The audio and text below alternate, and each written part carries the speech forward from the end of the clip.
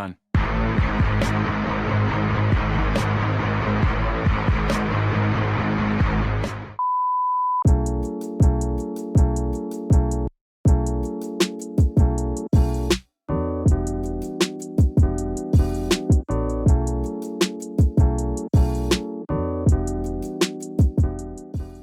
Hey guys, I'm Noel, and welcome back to my third devlog in my indie devlog series. The past few weeks have been pretty slow for me, as I've been busy with a lot of uni work, which I'll talk about in a future video, but I wanted to keep you all updated on what I've actually been up to.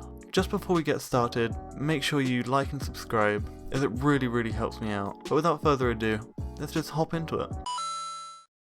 The first thing I worked on was an NPC shop for the player to buy new unique items or upgrades.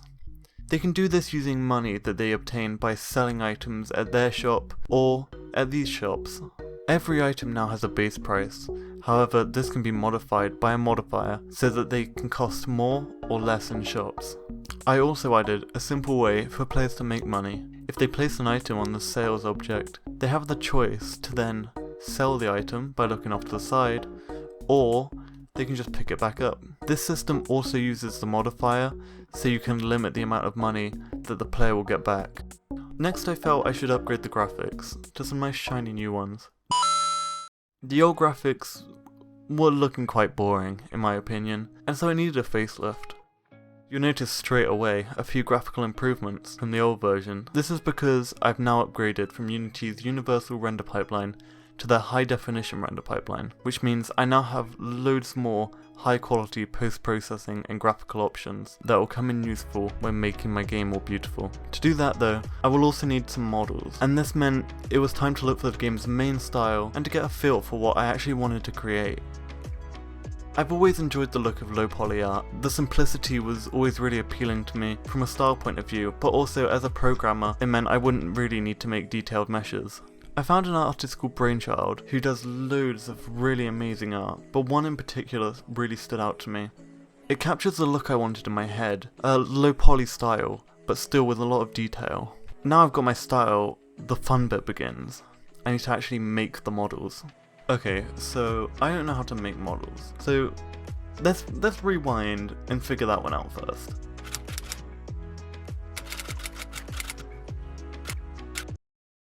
I found a tutorial series by Grant Abbott on how to make this low poly well. It ran me through the basics and also taught me a lot of really useful tricks.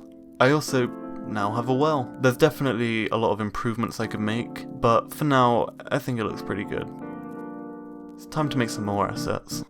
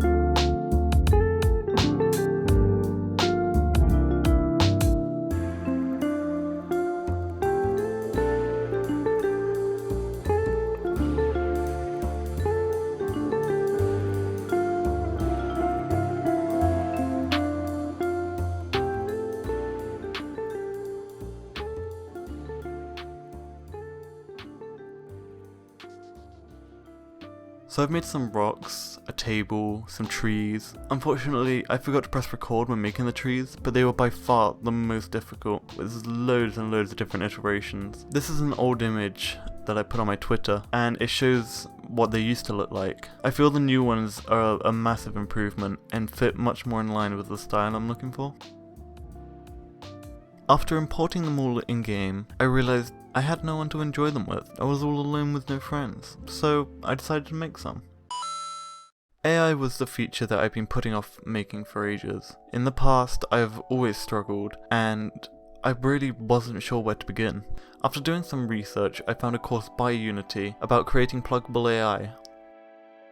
This seemed like the best way to create AI, and with a bit of tinkering and bug fixing,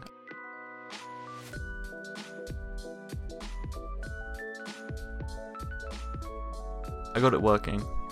One massive issue with pluggable AI that I found is how time consuming and confusing it is to build complex behaviours, especially if I want to create types of behaviour for different types of AI.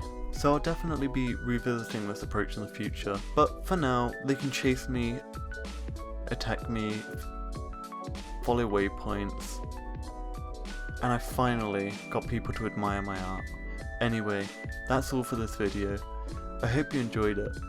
I'm still getting used to this whole editing and making videos thing, but I think I've come a long way since my first video.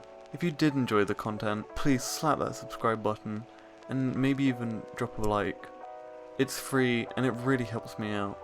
I'd love to get any feedback or ideas in the comments below.